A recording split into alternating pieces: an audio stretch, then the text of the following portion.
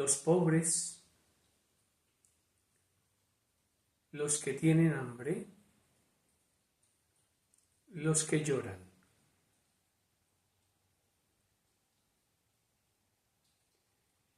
El pobre es aquel que no tiene nada, que no sabe nada, que no desea nada. El pobre es aquel que no tiene nada, pero que no sabe nada, ni desea nada.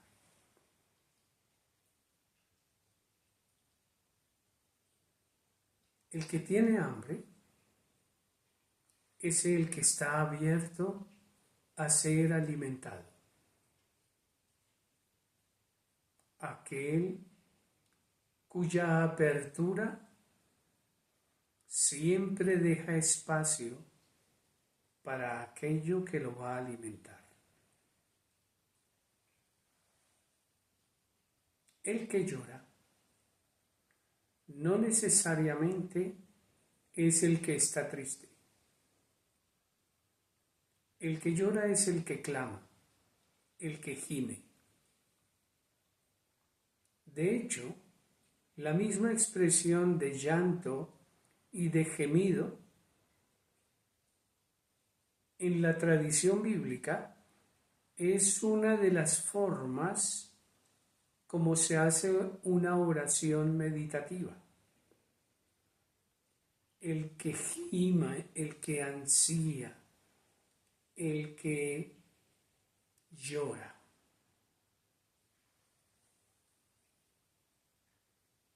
Dice el maestro que son felices, bienaventurados, dichosos, dichosos.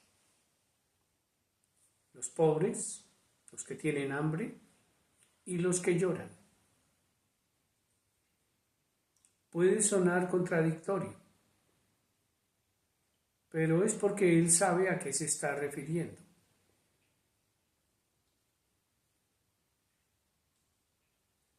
El pobre es el que ya ha sabido abandonarlo todo. Por eso no tiene. En esto siempre habrá que profundizar. No es el que en sí mismo no posea materialmente nada. Todos lo necesitamos. Todos necesitamos poseer nuestros vestidos, ojalá un techo donde cobijarse en la noche, el pan para comer, un espacio para compartir, etc. Todos lo necesitamos. Entonces la pobreza no necesariamente se refiere a esto. La pobreza se refiere a no desear, no poseer aferrándose y no saber que es su propiedad. Solo está allí libre. Yo soy pobre en la medida en que puedo tener una relación libre con la creación. Que si tengo este reloj, sé que es una propiedad mía, pero que viva como si no lo supiera.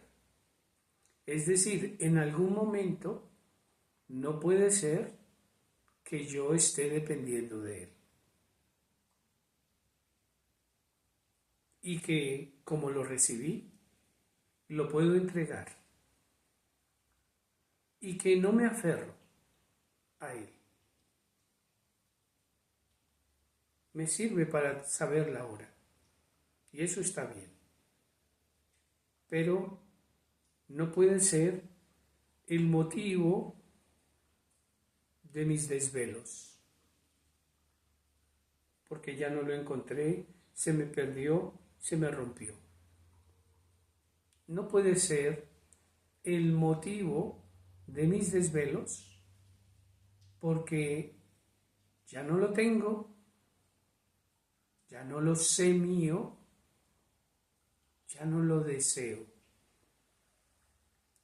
Soy pobre.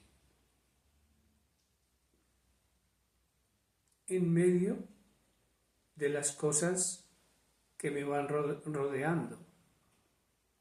Mi relación es libre, no solo con los objetos, sino también con las personas. No poseo a nadie, no deseo a nadie, y tampoco, menos aún, voy a estar en el plan de saber que es una propiedad mía, menos aún. Quienes están casados no pueden entender que el otro es su propiedad, sino que el otro es su compañía, con quien van haciendo camino juntos, pero no es su propiedad. Ningún ser humano es dueño de ningún ser humano, pero van juntos y ojalá siempre bien acompañados. Pobreza. Cuando se llega a ese nivel, se es bastante libre y existe un gozo pacífico allí. Se vive una vida más tranquila.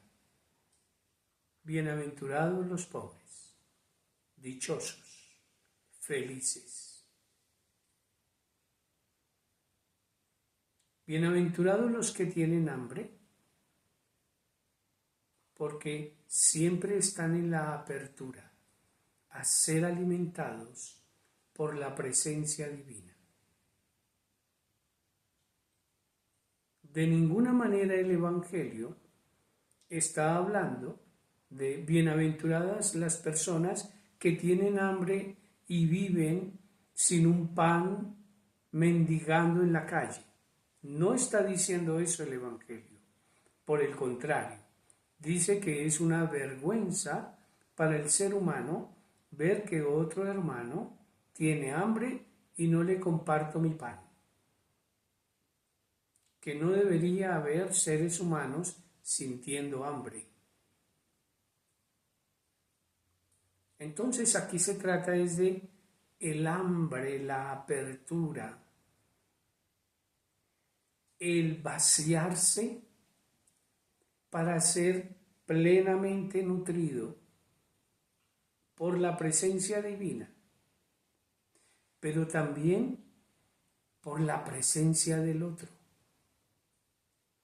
El otro me alimenta con su presencia y yo estoy abierto a él. No soy indiferente, tampoco pretendo atraparlo, pero siempre estoy abierto al alimento que me da su presencia. Bienaventurados los que tienen hambre, porque los que están saciados no necesitan nada de nadie, ni siquiera de Dios. No hay apertura, ya estoy saciado, cierro la puerta. En cambio, el que tiene hambre de Dios, podríamos agregar, sed de Dios, hambre de encontrarse con los otros, sed de compartir el amor con los otros, a ese se refiere, al que tiene el hambre del otro y de Dios. De ningún modo el Señor se alegra con el hambriento de la calle que no tiene pan. No, es dichoso aquel que se abre, que está siempre atento a lo que se le puede conceder.